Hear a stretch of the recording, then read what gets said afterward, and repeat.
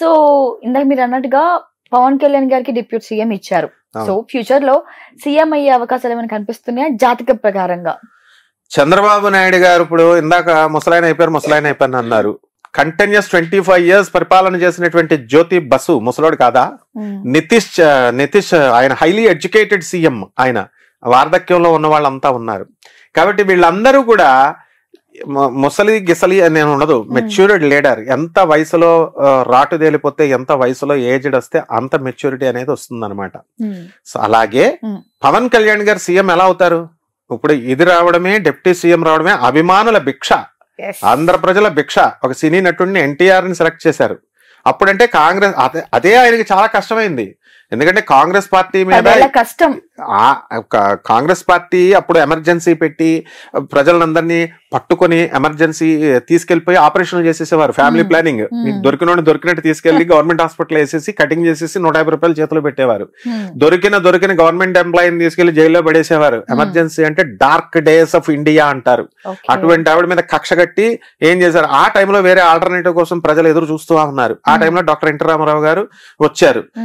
ఆయన మీద ప్రేమ, ఆయనంటే ఆయన చిన్నోడా, ఇప్పుడు కాదు, అది 3 తరాల నుంచి ఒక రాముడి పాత్ర, ఒక కృష్ణుడి పాత్ర, ఒక భీముడి పాత్ర, ఇలా రకరకాల మామూలు సాంఘికంలో ఒక 4 తరాల జనం, 3 తరాల జనం అందరికీ ఆయన సుపరిచితుడు. కాబట్టి ఆయన మీద ప్రేమ, మన ఇంట్లో వాడు ఎంట్రీ వాడు అనుకుని అందరూ కలిసి వేశారు, ఆల్టర్నేటివ్ లేదని. అదే మరి చిరంజీవి గారి విషయంలో ఎందుకు రాలేదు, ఎందుకు వేసేయలేదు? అదే మరి పవన్ కళ్యాణ్ 10 సంవత్సరాల క్రితం ఎందుకు వేసేయలేదు? సినిమా వాళ్ళని తొందరగా నమ్మరు. ఆ కాలంలో ఎంజీఆర్ నమ్మారంటే అది వేరు. ఆ టైప్ ఆఫ్ ఆయన కూడా చాలా సుదీర్ఘ కాలం పాటు చేశారు. అలాగే డాక్టర్ ఎన్టీ రామారావు ఆయన స్పెషల్ స్టైలే డిఫరెంట్. ఇప్పుడున్నటువంటి పవన్ కళ్యాణ్ గారికి సీఎం అయ్యే అవకాశాలు లేవు, ఫ్యూచర్ లో కూడా లేవు ప్రస్తుతానికైతే. అంటే దాని గురించి మళ్ళీ రాంగ్ రన్ అక్కల్లా. ఎందుకంటే చంద్రబాబు నాయుడు ఉన్నాడు, ఆయన చెబితేనే కదమ్మా పవన్ కళ్యాణ్ ఓట్లేసింది.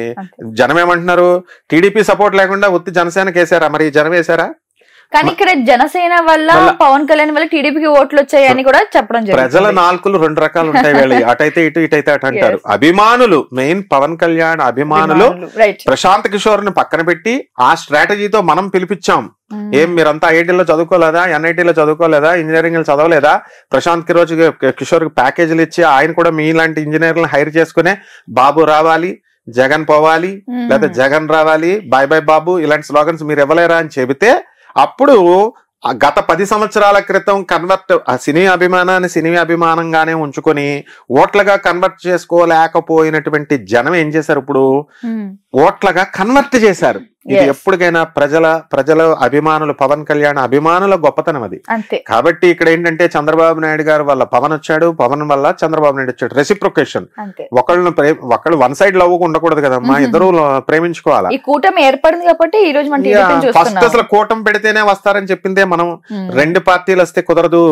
చంద్రబాబు నాయుడు పవన్ వస్తున్నంత మాత్రాన్ని సరిపోదు, యూ హ్యావ్ టు బీజేపీని కూడా కలుపుకోవాలా అని చెప్పి అప్పుడు మాత్రమే వస్తుందని చెప్పాం.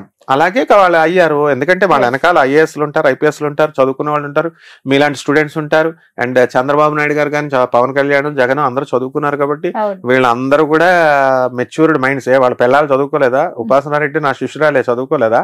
లేకపోతే ఈ బ్రాహ్మణి చదువుకోలేదా? వాళ్ళ ఐడియాస్ మనకులాగే ఉంటాయి కదా, ప్రజలే కాదు. కాబట్టి ఖచ్చితంగా పవన్ కళ్యాణ్ గారికి టఫ్ కాంపిటీషన్. ఎందుకంటే జగన్ అప్పుడే అయిపోలేదు, మళ్ళీ లేస్తారు ప్రజలకంతా డెఫినెట్ గా. ఇప్పుడు పులి ఏం చేస్తుంది? 2 అడుగులు వెనక్కేస్తే మళ్ళీ ముందుకెళ్తుంది. అలా ఇదే ప్రజలు మారుతారు. మారకపోవచ్చు, వదిలేసే. లేకపోతే పవన్ కళ్యాణ్ మీద ఇప్పుడు గవర్నమెంట్ లో ఉన్న వాళ్ళ మీద వ్యతిరేకత అనేది కంపల్సరీ 5 సంవత్సరాలు వస్తుంది. మరి నాకు కావాలి జగన్ అని మీద పెట్టుకున్నారు, 5 సంవత్సరాలు దించేశారు. అలాగే ఉండాలని ప్రజల నిర్ణయాలు ఇప్పుడు సేమ్ ఉండవు. బాగా పరిపాలన చేస్తే అవుతాయి, బాగా పరిపాలన చేస్తే కంటిన్యూ చేయొచ్చు. మరి లోకేష్ ఏమైపోతాడు పవన్ కళ్యాణ్ గారికి ఇస్తే? మరి జూనియర్ ఎన్టీఆర్ కాసు కూర్చున్నాడు.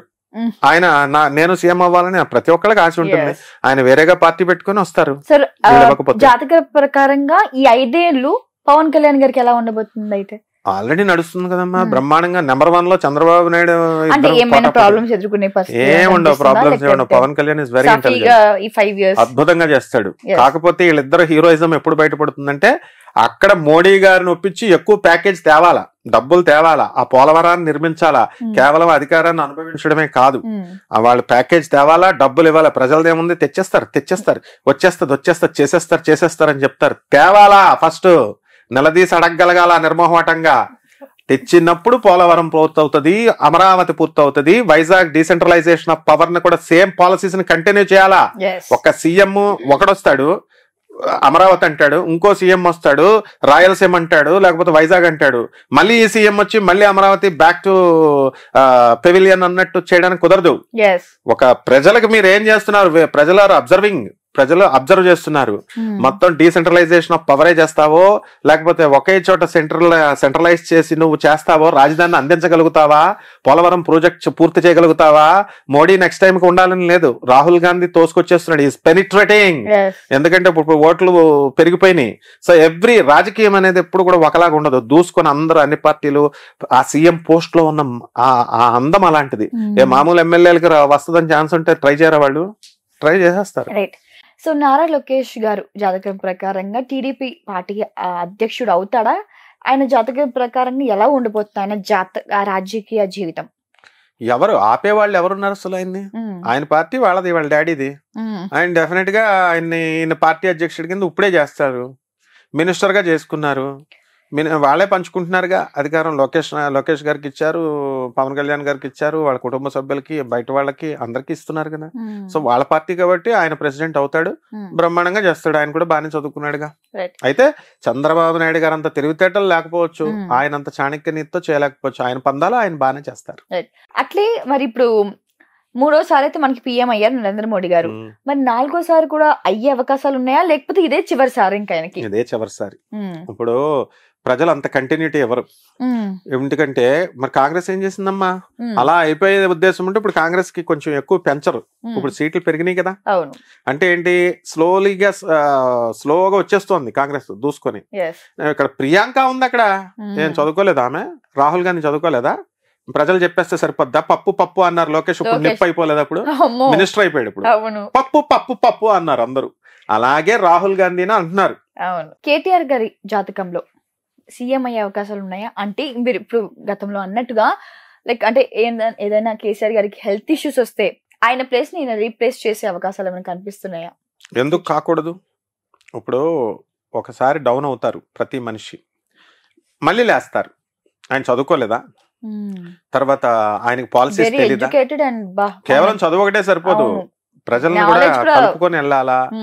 అసలు కేటీఆర్ కి మంచి పేరే ఉంది, బోళా శంకర్ నిరంతరం జనాల్లోనే ఉంటుంటారు, మంత్రులు కలుస్తుంటారు, చదువుకున్నారు. అలాగే రేవంత్ రెడ్డి గారు సరిగ్గా పాలన చేస్తే వాళ్ళకి అవకాశం ఇవ్వకుండా చూసుకుంటూ ఉంటారు. అక్కడ కాంగ్రెస్ తన హామీలు అవన్నీ కూడా ప్రజలు సాటిస్ఫై చేయాలి కదా, కేవలం హామీలని కాకుండా. కాబట్టి కేటీఆర్ గారికి కూడా అవకాశాలు ఉన్నాయి. ఏ పార్టీ అయినా సరే ఓడిపోయినంత మాత్రాన ఖతం అయిపోయినట్టు కాదు, మళ్ళీ లేవడానికి, మళ్ళీ నిలబడడానికి, మళ్ళీ గెలవడానికి అవకాశాలు ఉంటాయి.